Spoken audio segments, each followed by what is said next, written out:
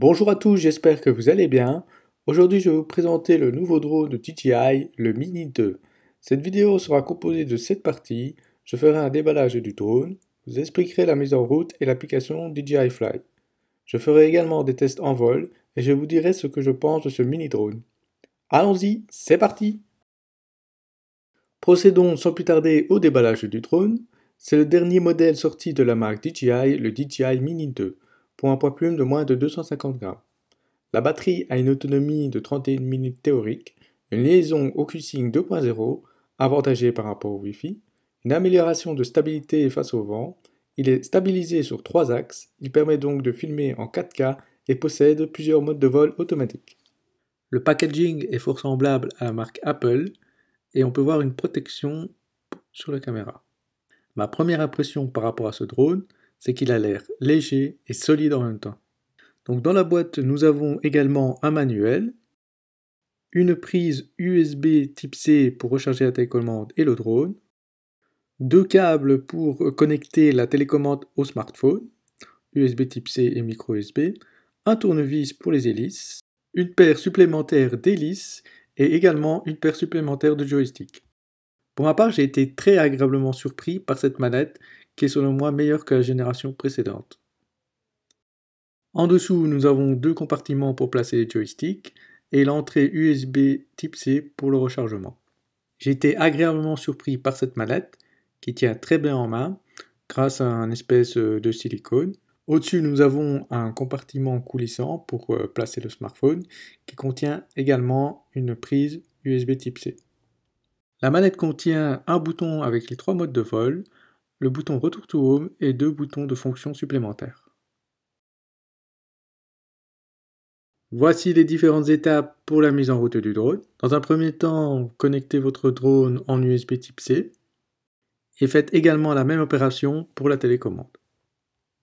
Lorsque le drone et la manette seront chargés, les LED cesseront de clignoter. Ensuite, introduisez votre carte mémoire micro SD qui se trouve derrière le drone. Je vous conseille vraiment une capacité au minimum de 64 Go car pour avoir une meilleure qualité, il vaut mieux filmer en 4K et cela prend énormément de place. A noter également que le Mavic Mini a l'avantage de se recharger avec une batterie externe. Donc là, vous devez tout simplement charger votre batterie externe et la connecter à votre drone. Lorsque le drone et la manette sont complètement chargés, vous devez allumer ceux-ci en faisant un premier appui et un deuxième appui plus prolongé et les LED commenceront à clignoter. Répétez la même étape sur le Mavic Mini 2. Ensuite, prenez les 2 joysticks qui se trouvent en dessous de la télécommande et vissez-les à celle-ci. Donc connectez-vous à Internet et activez votre position GPS et téléchargez l'application DJI Fly qui se trouve dans le Play Store et l'Apple Store. Placez votre smartphone au-dessus de la télécommande. Ensuite, vous devez connecter celle-ci à la télécommande en prenant le bon câble approprié. Donc vous connectez la manette au smartphone. Lorsque vous vous connectez la première fois à DJI Fly, vous devez introduire votre compte existant ou en créer un nouveau. Il suivra ensuite d'une mise à jour du drone. Lorsque la mise à jour est installée, appuyez sur Connexion à l'appareil et vous sélectionnez DJI Mini 2. Et voilà, vous êtes enfin connecté à votre drone. Dans cette partie, je vais vous présenter l'application DJI Fly. Dans un premier temps, cliquez sur les 3 petits points en haut à droite de votre écran. Dans l'onglet Sécurité, nous avons tous les réglages qu'il est possible de faire pour la protection en vol. Donc par défaut, nous avons une altitude maximum de 120 mètres. A noter qu'à partir du 1er janvier, nous serons limités en Europe à 120 mètres de hauteur. Par défaut, nous avons donc une distance maximum de 2000 mètres. Donc nous pouvons soit augmenter ou diminuer cette distance. A noter qu'il faut toujours voler avec son drone à vue. Ensuite, nous avons le réglage de l'altitude retour to home. Moi, je vous conseille vraiment de le laisser soit à 20 mètres ou à 30 mètres, car si vous perdez la liaison entre le drone et la télécommande, le drone va s'élever à une altitude de 20 mètres, ce qui permettra d'éviter des obstacles en vol. Il est indispensable également d'étalonner le compas, Cette étape doit être faite avant le premier vol. Veuillez également étalonner l'IMU en suivant les différentes étapes sur votre écran. L'onglet Information batterie nous informe de la tension et de la température de la batterie. En dessous, nous avons les paramètres de sécurité avancés. Ça permet de régler la perte du signal, soit le régler en retour to home, descente ou vol stationnaire. Le vol stationnaire peut être nécessaire dans certains cas, comme par exemple si vous volez en intérieur ou même sur un bateau, le drone ne retournera pas à son point de départ. Dans l'onglet contrôle, vous pouvez donc modifier les unités de vitesse du drone, soit en mètres, en kilomètres ou en impérial, le LED, soit le mode, soit la couleur. Vous avez également la nacelle en mode suivi ou en mode FPV. Je vous conseille également en dessous de cocher l'option permettre la rotation de la nacelle. Ça permettra à la caméra de s'incliner plus en hauteur, comme on peut voir à l'écran. Un menu intéressant est les paramètres de nacelle avancée. Cela permet de modifier la vitesse d'inclinaison, la souplesse de l'inclinaison, la vitesse de rotation du lacet, sensibilité du lacet. Donc, ceci est possible pour les différents modes de vol, le mode sport, le mode CineSmooth et le mode normal. Vous pouvez donc aussi également recentrer la nacelle si celle-ci est désaxée. Le mode de joystick, je vous conseille de laisser en mode 2 et vous pouvez également personnaliser les boutons FN. Dans l'onglet caméra, changez le format en JPEG plus RAW seulement si vous retouchez vos photos. Laissez la taille du capteur en 16/9, sinon il va couper dans l'image. L'anti-scintillement, laissez-le en automatique. Je vous conseille aussi d'activer l'histogramme et l'alerte surexposition pour avoir une aide supplémentaire et voir si votre image est sous-exposée ou surexposée. La balance des blancs est un réglage qui permet d'adapter la dominance de couleur. Si vous débutez, laissez-la en automatique. Sinon, en temps ensoleillé ou en temps nuageux, veuillez utiliser ces réglages pour que cette balance reste constante. Dans l'onglet Transmission, laissez les valeurs par défaut. Les réglages généraux de l'application DJI Fly sont quasiment terminés. Je vais vous présenter à présent l'écran de l'application DJI. Un des réglages importants se trouve en bas à droite. Il s'agit de l'exposition de l'image qui se nomme EV. Lorsque vous filmez, si vous voyez que l'image est trop sombre, augmentez cette valeur. Dans le cas contraire, vous devez la diminuer. Les lettres AE permettent de bloquer l'exposition utilisée. Un réglage important aussi est le bouton automatique qui permet de passer du mode manuel en automatique. Le mode manuel sera utilisé plus pour les connaisseurs. Il permettra de modifier les ISO et la vitesse d'obturation et non l'ouverture. La dernière chose à savoir est donc le bouton rond en blanc qui permet de prendre une photo ou une vidéo.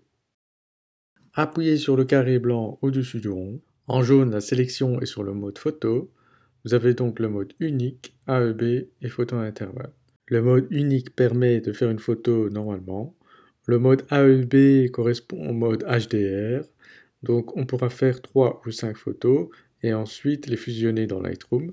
Et le dernier mode, photo à intervalle, correspond à un retardateur. Nous avons ensuite les réglages de la vidéo. Je vous conseille de le mettre en 25 fps, ce qui est la norme en Europe, et de laisser le réglage en 4K pour avoir une meilleure qualité d'image. Ce qui est assez sympathique aussi, c'est que nous avons plusieurs modes de vol automatiques qui se nomment donc Quick Shot et Panoramique, qui sont seulement disponibles en plein vol.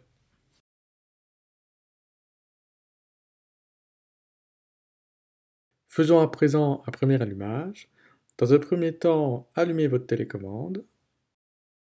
Ensuite, allumez votre drone en faisant un appui court et un appui prolongé. Connectez-vous ensuite à l'application DJI Fly. Pour décoller le drone, vous avez deux options. Soit vous cliquez sur le bouton décollage à l'écran, ou vous baissez les joysticks vers le bas. Pour décoller son drone, rien de plus simple.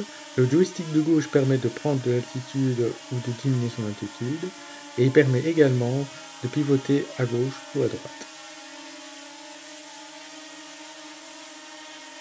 Le joystick de droite permet quant à lui de diriger son drone en avant, en arrière, à gauche ou à droite. Pour atterrir son drone, rien de plus simple. vous avez deux solutions, soit vous appuyez sur l'écran, atterrir, ou soit vous baissez les deux joysticks vers le bas.